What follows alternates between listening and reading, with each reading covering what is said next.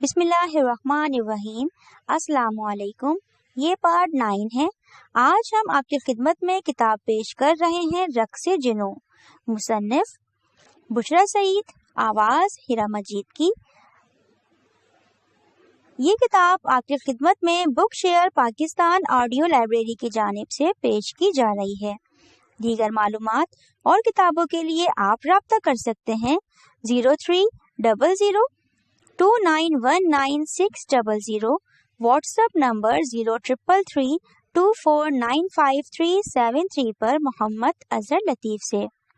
معزز سامعین، آئیے سنتے ہیں پارٹ 9 صفحہ نمبر 90 سے۔ یہاں بیٹھ جائیں آرام سے۔ وہ خود اس کے ساتھ کھڑی ہو گئی۔ میری کے کلملائے ہوئے چہرے پر پسینے کی بوندیں پھسل رہی تھی۔ میں نے کینٹ سے برگر لے کر کھایا تھا، ذائقہ کچھ عجیب سا تھا۔ بھوک بہت لگ رہی تھی، بس کھا لیا۔ شاید اس میں کوئی باسی چیز تھی۔ لگتا ہے مجھے فوڈ پوائزن ہو گیا ہے۔ معدے میں سخت جلن ہو رہی ہے۔ وہ رہاسا ہو رہی تھی۔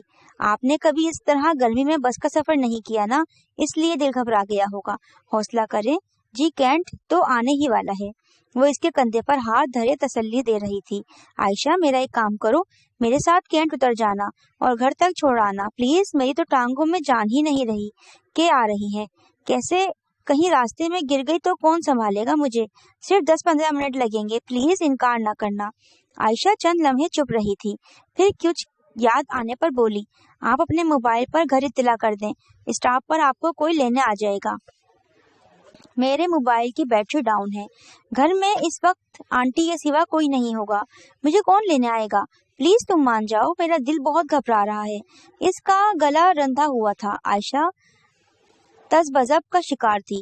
حامی بھرنے کو اس کا دل نہیں مانتا تھا، اور انکار سے میری کی اتری ہوئی صورت اور پانی سے بھری آنکھیں روک رہی تھیں۔ کوئی جواب دینے کے بجائے وہ خاموش کھڑی رہی۔ میری اگلی نشستیں سر ٹکائے نڈھال نظر آتی تھی۔ کنڈکٹر نے کینٹ اسٹاپ کی آواز دی تو اس نے آہستگی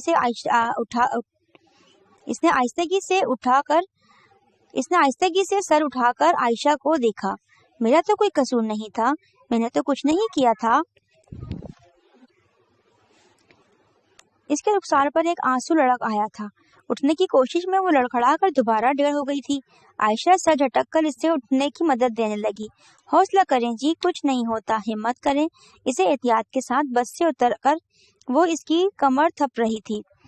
مجھے چکر آ رہے ہیں، نکاہت بھری آواز میں بمشکل کہہ کر وہ فٹ پاتھ پر بیٹھ گئی۔ میں ہوں آپ کے ساتھ، حوصلہ رکھیں، میں گھر تک چھوڑاؤں گی آپ کو جی۔ اسٹاپ پر موجود ایک عورت کی مدد سے اس نے میری کو بدقت کینٹ کے اندر جانے والی ویگن میں سوار کرایا تھا۔ وہ مسلسل آنکھیں بند کیے اس کے کندھے پر سر رکھے بیٹھی رہی تھی۔ اس کے انکل کا گھر خاصی ویرانے سے علاقے میں تھا، آبادی نہ ہونے کے برابر تھی۔ یوں تو سارے کینٹ میں ہی ویرانی بکھر رہی تھی، مگر یہ جگہ خصوصیت سے سنسان تھی۔ اکثر پلاٹ خالی پڑے تھے، کوئی بھی دو بنگلے جڑے ہوئے دکھائی نہیں دے رہے تھے۔ ہر دو گھروں کے درمیان بے آبادی پلاٹوں کا خلا حائل تھا۔ سڑک کے جوام سیٹھے کے پودے، آگ کی بے ترتیبی، جھاڑیوں اور نرسلوں کے جھنڈ کھردری زمین پر دور تک رینگتے چلے جا رہے تھے۔ سرمئی روغن والے گیٹ کے سامنے پہنچ کر عائشہ نے دوپٹے سے چہرہ صاف کیا۔ میری کو سہارا دیے ہوئے یہاں تک لاتے لاتے وہ ہانپ گئی تھی۔ دھوپ میں اتنی شدت تھی کہ وہ جسم کی تمام توانائی مساموں کے راستے خارج ہوتی جا رہی تھی۔ اچھا جی، میں اب چلتی ہوں۔ جا کر اے سی والے کمرے میں آرام کریں، بالکل ٹھیک ہو جائیں گی۔ میری کچھ نہیں بولی۔ اس نے دونوں ہاتھ یوں ہوا میں لہرائے تھے جیسے کسی شے کو گرفت میں لانا چاہتی ہو۔ پھر وہ گھٹنوں کے بل زمین پر گری اور پیٹ پر ہاتھ رکھ کر کرانے لگی۔ اسے چند زوردار ابکائیاں آئی تھیں۔ عائشہ نے بھاگ کر کال بیل پر انگلی رکھ دی۔ گیٹ کھلا ہوگا، مجھے اندر لے جاؤ، میری آنکھیں جیسے منہ کو آ رہی ہیں۔ اس نے میری کو کندھوں سے تھام کر سیدھا کیا اور گیٹ کی ذیلی کھڑکی سے اندر آنے لگی تھی۔ میری کا پسینے میں ڈوبا کانپتا ہوا جسم اس کے ہاتھ پاؤں پھیلائے دے رہا تھا۔ اس کمرے میں بیڈ پر لٹانے تک کوئی زی روح نظر نہیں آ رہی تھی۔ سارا گھر بائیں بائیں کر رہا تھا۔ کیا بات ہے، گھر میں کوئی نہیں ہے؟ آنٹی اوپر اپنے کمرے میں سو رہی ہوں گی، تم مجھے پانی پلا کر انہیں بلا لاؤ، اور کوئی نہیں ہوتا اس وقت۔ اس نے بند آنکھوں کے ساتھ جواب دیا۔ عائشہ نے کندھے سے کتابوں والا بیگ اتار کر کرسی پر رکھ دیا۔ فریج کہاں ہے جی؟ ادھر 7 والے کمرے میں۔ سائڈ ٹیبل پر دھرا گلاس اٹھا کر وہ مشرق کی دیوار میں نصب دروازے کی طرف مڑ گئی۔ کمرے میں داخل ہوتے ہی اس کے منہ سے چیخ نکل گئی۔ اس کی گدی پر ہاتھ رکھ کر کسی نے دھکا دیا تھا۔ گلاس اس کے ہاتھ سے چھوٹ کر فرش پر جا گرا تھا۔ اس کے سامنے اونیل تھا۔ اسے لگا وہ ریت کی بنی ہوئی ہے۔ مڑ کر بھاگنے میں اسے صدیاں لگ گئی تھیں۔ ایک لڑکا دروازے اور اس کے درمیان ناقابل عبور رکاوٹ کی طرح موجود تھا۔ شاید وہ ان 3 لڑکوں میں سے ایک تھا جو ریسٹورینٹ میں اونیل کے ساتھ آئے تھے۔ اس کا چہرہ مانوس ہو گیا تھا۔ وہ اسے پہچاننے کی کوشش نہیں کر رہی تھی۔ پہچاننے سے کیا فرق پڑتا تھا؟ وہ اس دروازے کی طرف بھاگ پڑی جو اونیل کی پشت پر موجود تھا۔ اسے بالوں سے پکڑ کر گھسیٹ لیا گیا۔ اونیل نے اس کے چہرے پر تھوک دیا تھا۔ وہ چیخ رہی تھی مگر موسیقی کی آوازیں اس کی چیخوں سے زیادہ بلند تھیں۔ بدنصیبی کی تجمیم اگر ممکن ہوتی تو اس کی باقی وجہ چاہے جیسی بھی ہوتی، پاؤں لازماً بلی کے ہوتے۔ بدنصیبی ہمیشہ کربا پائی سے چل کر آتی ہے، بنا کوئی آہٹ کیے، بنا کوئی شور مچائے۔ اس کی ہنسلی کی ہڈی کسی ٹھوس چیز کے نوکیلے کنارے سے ٹکرائی۔ شاید وہ کوئی میز تھی یا کچھ اور چیز کی شناخت کھو چکی تھی۔ گلوکار کسی اجنبی زبان میں گا رہا تھا۔ گیت کی دھن شوخ تھی اور سر بہت اونچے۔ فلم ٹرے کے آتش پھول بھک سے جل اٹھے۔ نارنجی شعلے ڈالیوں پر رخسار ہو گئے۔ فضا میں انسانی گوشت جلنے کی سڑان پھیل رہی تھی۔ گلوکار چلائے جا رہا تھا۔ الفاظ اس قدر نامانوس تھے جسے کسی مختلف سیارے کی زبان ہو۔ فلم ٹرے بڑے جلنے لگا۔ آگ کی لپٹیں آسمان کی سمت اٹھ رہی تھیں۔ اس کے چاروں اور بوکے بھباکے تھے۔ وہ سانس نہیں لے رہی تھی مگر بو اس کے نتنوں میں مسلسل گھس رہی تھی۔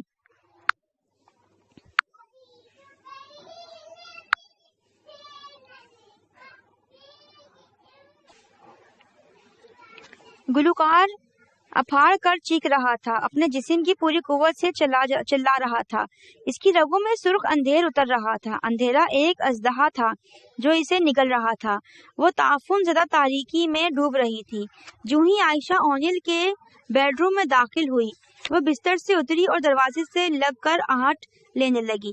اس کا دل کسی گرداب میں مبتلا تھا۔ ایک دم اندر سے موسیقی کی تیز آوازیں آنے لگیں۔ آواز اتنی اونچی تھی کہ اسے بے اختیار کانوں میں انگلیاں ٹھوسنا پڑی۔ والیوم آخری حد تک اونچا کر دیا گیا تھا۔ اس نے تھوک نگل کر بند دروازے کو دیکھا اور دیوار سے ٹیک لگا لی۔ موسیقی کی تیز آواز سے کان کے پردے پھٹ رہے تھے۔ اونیل نے اسے ہدایت کی تھی کہ عائشہ کو کمرے میں بھیجنے کے بعد اوپر چلی جائے اور جب تک بلایا نہ جائے نیچے نہ اترے۔ ملازمین کو بھی آج اس نے چھٹی دے رکھی تھی۔ عائشہ کا سامنا کرنے کی ہمت اس میں نہیں تھی مگر وہ یہاں سے جا بھی نہیں سکتی تھی۔ اس کے پاؤں فرش میں دھس چکے تھے۔ چاہنے کے باوجود وہ ہل نہیں سکتی تھی۔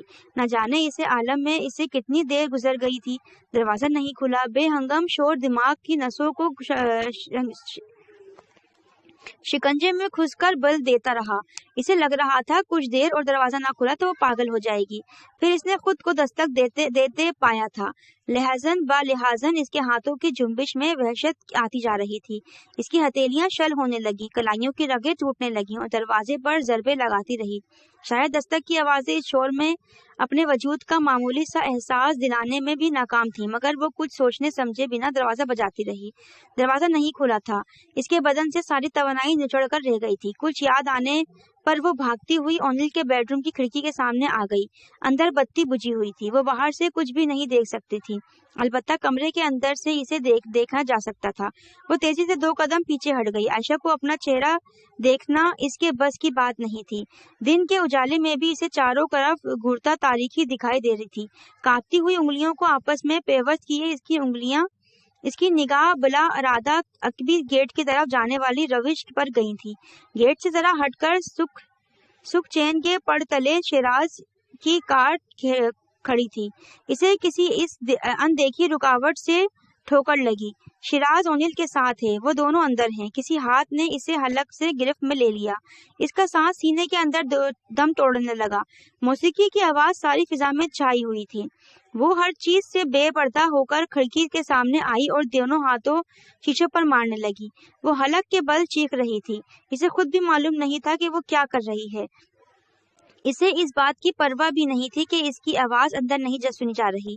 چیختے چیختے اس پر کھانسی کا شدید دور پڑ گیا۔ وہ چیختی جا رہی تھی، درد سے سن ہوتی ہتھیلیاں شیشے سے ٹکراتی جا رہی تھی۔ کسی نے اسے بازو سے دبوچ کر پیچھے کھینچ لیا۔ شاید وہ اونیل تھا۔ اس کے خدوخال قطعی اجنبی تھے۔ آنکھوں میں اتنی سرخی تھی کہ وہ خون کے جمے ہوئے لوتھڑے دکھائی دیتے تھے۔ پیشانی پر ایک سبز رگ غیر معمولی طور پر ابھری ہوئی تھی۔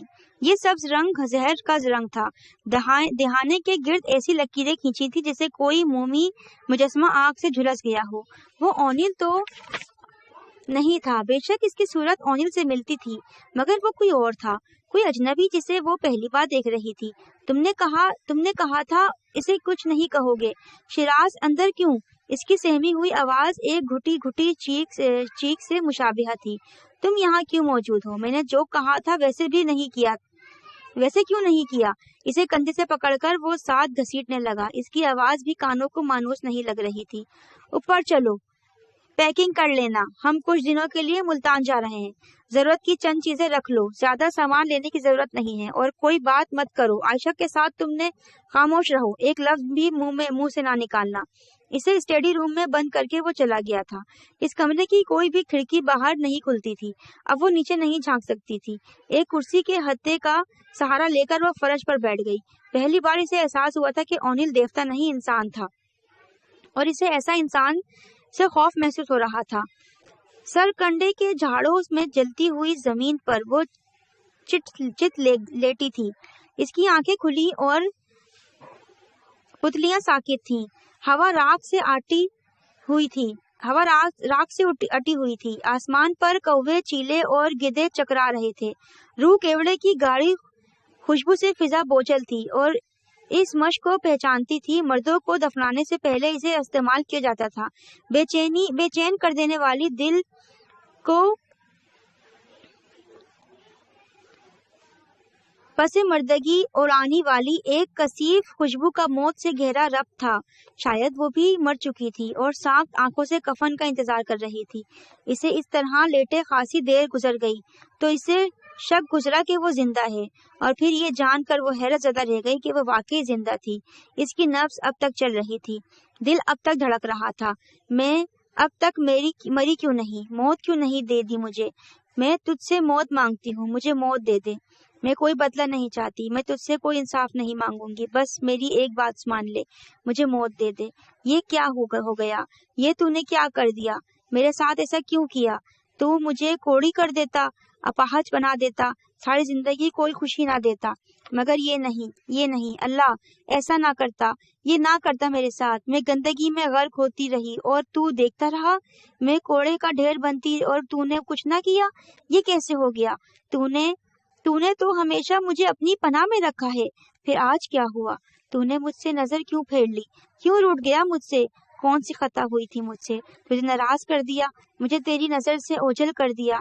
کہیں دور سے ٹریفک کا مدھم شور سنائی دے رہا تھا۔ اس نے پتھر جیسی بھاری سر کو جنبش دے کر ارد گرد دیکھا۔ ایک جھاڑی میں الجھی ہوئی چادر، ایک قریب ہی پڑا ہوا بیگ اسے نظر آ گیا۔ آہستگی سے اٹھ کر اس نے ہاتھ پھیلایا۔ کروٹ لیتے ہوئے اسے یاد آیا تھا کہ اس کی کمر کو جلتے سگریٹ سے داغا گیا تھا۔ ہنسلی کی ہڈی میں درد کی ناقابل برداشت تیسیں اٹھ رہی تھیں۔ کراہوں کو ہونٹوں میں دباتے ہوئے اس نے چادر کا سرا انگلیوں میں پھنسا کر اپنی طرف کھینچ لیا تھا۔ اس کے چار اطراف ویرانہ تھے۔ سرکنڈے کی جھاڑیاں، آگ کے ناٹے پودے اور گندم کے کھیت تحت نگاہ پھیلے ہوئے تھے۔ ٹریفک کی آواز پر کان لگا کر اس نے سمت کا تعین کرنے کی کوشش کی اور اندازاً ایک پگڈنڈی پر چل پڑی۔ ابھی دوپہر ڈھلی نہیں تھی۔ اس کے سر پر تھیکی دھوپ تنی تھی۔ کچھ دیر چلنے کے بعد پگڈنڈی کا اختتام ہوا تو ایک نیم پختہ ٹوٹی پھوٹی سڑک شروع ہو گئی۔ ٹریفک کا شور اب وضاحت سے سنائی دے رہا تھا۔ وہ کیکروں کی خاردار جھاؤں میں چلتی رہی۔ اس سڑک کا آخری سرا ایک چٹیل میدان میں کھو گیا، جس کے پہلو میں ریل کی پٹری بچھی تھی۔ پٹری کے پار جی ٹی روڈ تھا۔ پٹری عبور کر کے اس نے بسوں کے ماتھوں پر رقم شہروں کے ناموں سے اخذ کیا۔ اسے کسی رخ پر سفر کرنا چاہیے۔ وہ اس جگہ سے واقف نہیں تھی، مگر اتنا اندازہ تھا کہ وہ اکھاڑا شہر اور کینٹ کے درمیان کہیں موجود تھی۔ چند گز کے فاصلے پر ٹول ٹیکس کا بورڈ دیکھ کر اسے پتہ چل گیا کہ وہ گھر سے تقریباً 3 کلومیٹر دور تھی۔ لوگوں کی نظریں اس کے بدن میں نیزوں کی اینوں کی طرح چبھ رہی تھیں۔ سڑک پر آتے ہی اس نے چہرے کو چادر سے ڈھانپ لیا تھا۔ گرد اڑتی سڑک پر نظریں جمائے وہ چادر کے دونوں پلوں مٹی میں بیچے چلی جا رہی تھی، جب عقب میں ایک آواز سنائی دی جسے موت کی گھڑی سے پہلے وہ سننا نہیں چاہتی تھی۔ وہ کسی بھی ایسے شخص کو دیکھنا نہیں چاہتی تھی جو اسے جانتا ہو۔ وہ کوئی بھی شناسا آواز سننے کی خواہ نہیں تھی، مگر تمام خواہش پوری ہونے کے تو نہیں ہوتی، ساری دعائیں قبول تو نہیں ہوا کرتی۔ پیریڈ کمپنی کی وین اس کے پہلو میں رک چکی تھی۔ تو کدھر تھی؟ پورا گھنٹہ اسٹاپ پر انتظار کرتا رہا، اب کالج سے کھجل ہو کر آ رہا ہوں۔ چل آؤ، اتر، تو بس میں آ جا۔ اس نے ساتھ بیٹھے لڑکے کو اترنے کا اشارہ کیا۔ اس کے پیروں تلے پختہ سڑک تپتی ریت میں بدل گئی، سفید ریت جس کی تپش تلووں میں جذب ہو کر دماغ کو پگھلا دیتی تھی۔ وین کے اندر بیٹھتے ہوئے اسے یوں لگا تھے جیسے وہ کسی کٹہرے میں قدم رکھ رہی ہو۔ تو یہاں کیا کر رہی ہے؟ اتنی دیر ہو گئی آج؟ تجھے پتا ہے گھر میں سب کتنے پریشان ہو رہے ہیں؟ کہیں تو اس کے ہلدی پتے چہرے اور نیلے پڑے ہوئے ہونٹوں کی جن پر خون کی پیڑیاں جمی تھی دیکھ کر وہ چپ ہو گیا۔ اس سمے وہ سرد خانے میں پڑی کسی لاش کی مانند نظر آتی تھی۔ کیا ہوا؟ او میرے اللہ، بول کیا؟ وہ چپ رہی۔ کیا کوئی لفظ میرے لیے رہ گیا ہے؟ کیا مجھے اب تک بولنے کا حق ہے؟ بول بھی، تیرے کپڑے اونیل کے گھر میں سے آئی ہو۔ بول عائشہ۔ وہ اب بھی خاموش تھی۔ آج مجھے چپ کی مار، بڑا چپ رہی ہے تو۔ آج چپ سے کام نہیں چلے گا، بول، بتا تو نے کس کے ساتھ؟ اجی نے اسٹیئرنگ سے ہاتھ ہٹا کر اسے جھنجھوڑا۔ وہ خاموش رہی، اس کا سر جھٹکے گھٹنوں سے جا لگا تھا۔ اجی نے گاڑی کو سڑک کے کنارے روکا اور اس کے سر کو دونوں ہاتھوں سے جکڑ کر سیٹ کی پشت سے ٹکا دیا تھا۔ ایک ہاتھ اس نے گردن پر اس طرح جما دیا تھا کہ وہ سر کو ذرا سا بھی نہیں ہلا سکتی تھی۔ بول عائشہ، تیری چپ نے بڑا دھوکہ دیا ہے مجھے۔ میں سمجھا تجھے چپ رہنے کی عادت ہے، پر نہیں، میری بھول تھی، تجھے بولنا آتا ہے۔ گردن پر اس کی ہتھیلیوں کے دباؤ کے باعث عائشہ کا دم گھٹنے لگا تھا۔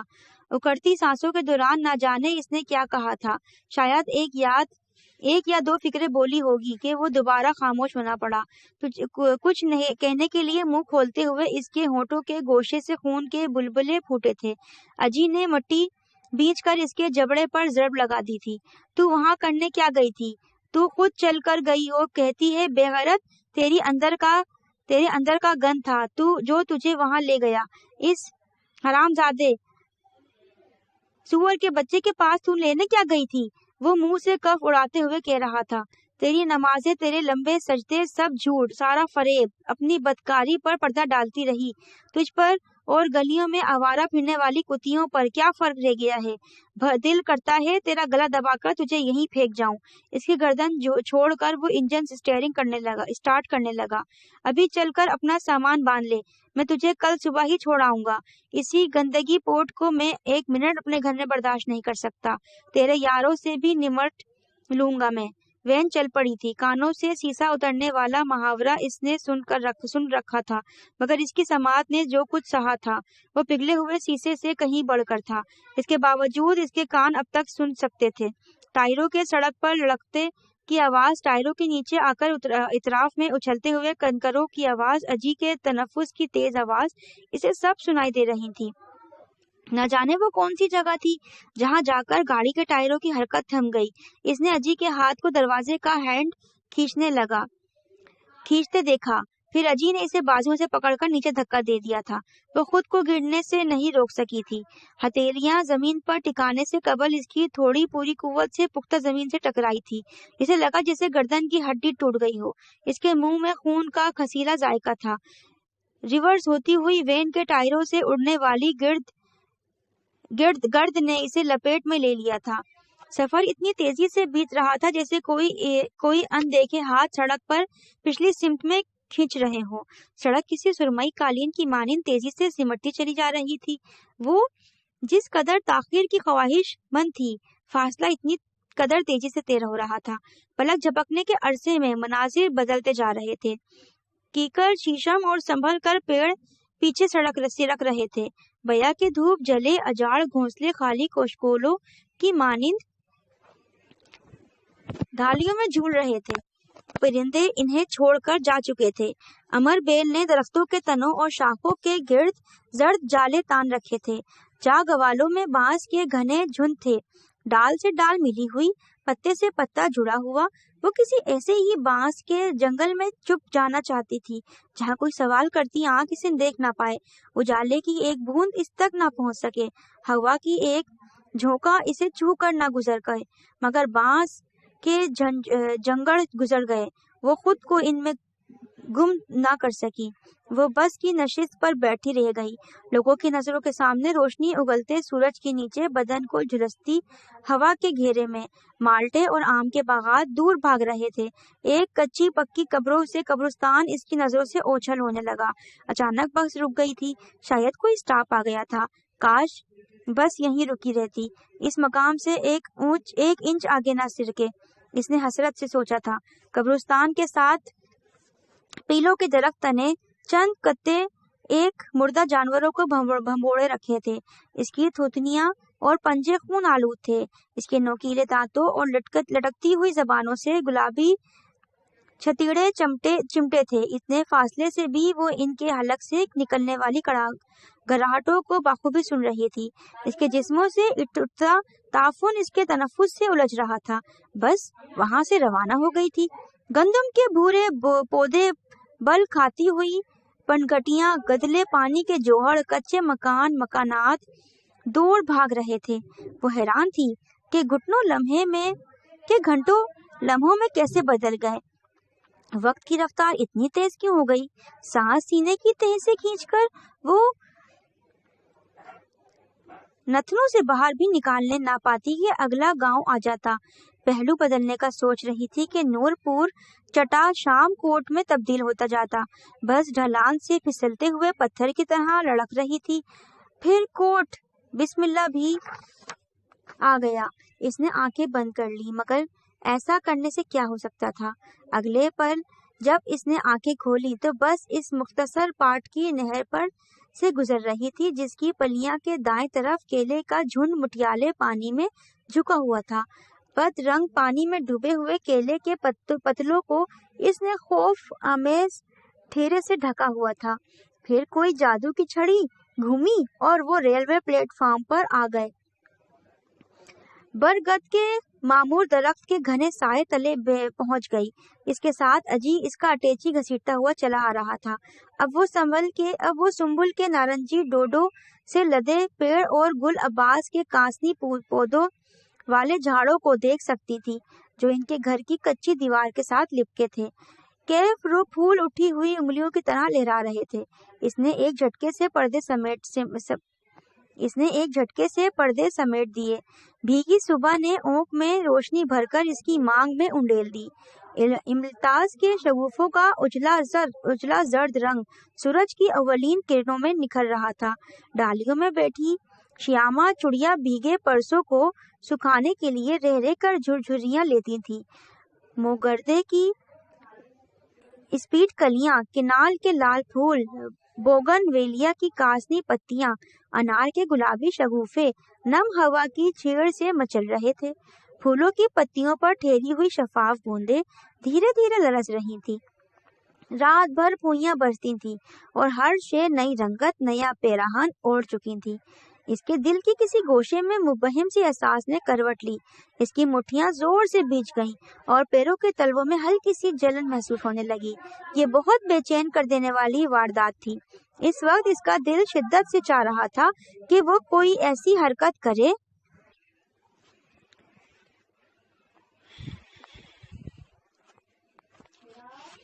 جس سے وجود پر چھایا ہوا اضطراب کا غبار چھٹ جائے۔ پھیپھڑوں کی تمام قوت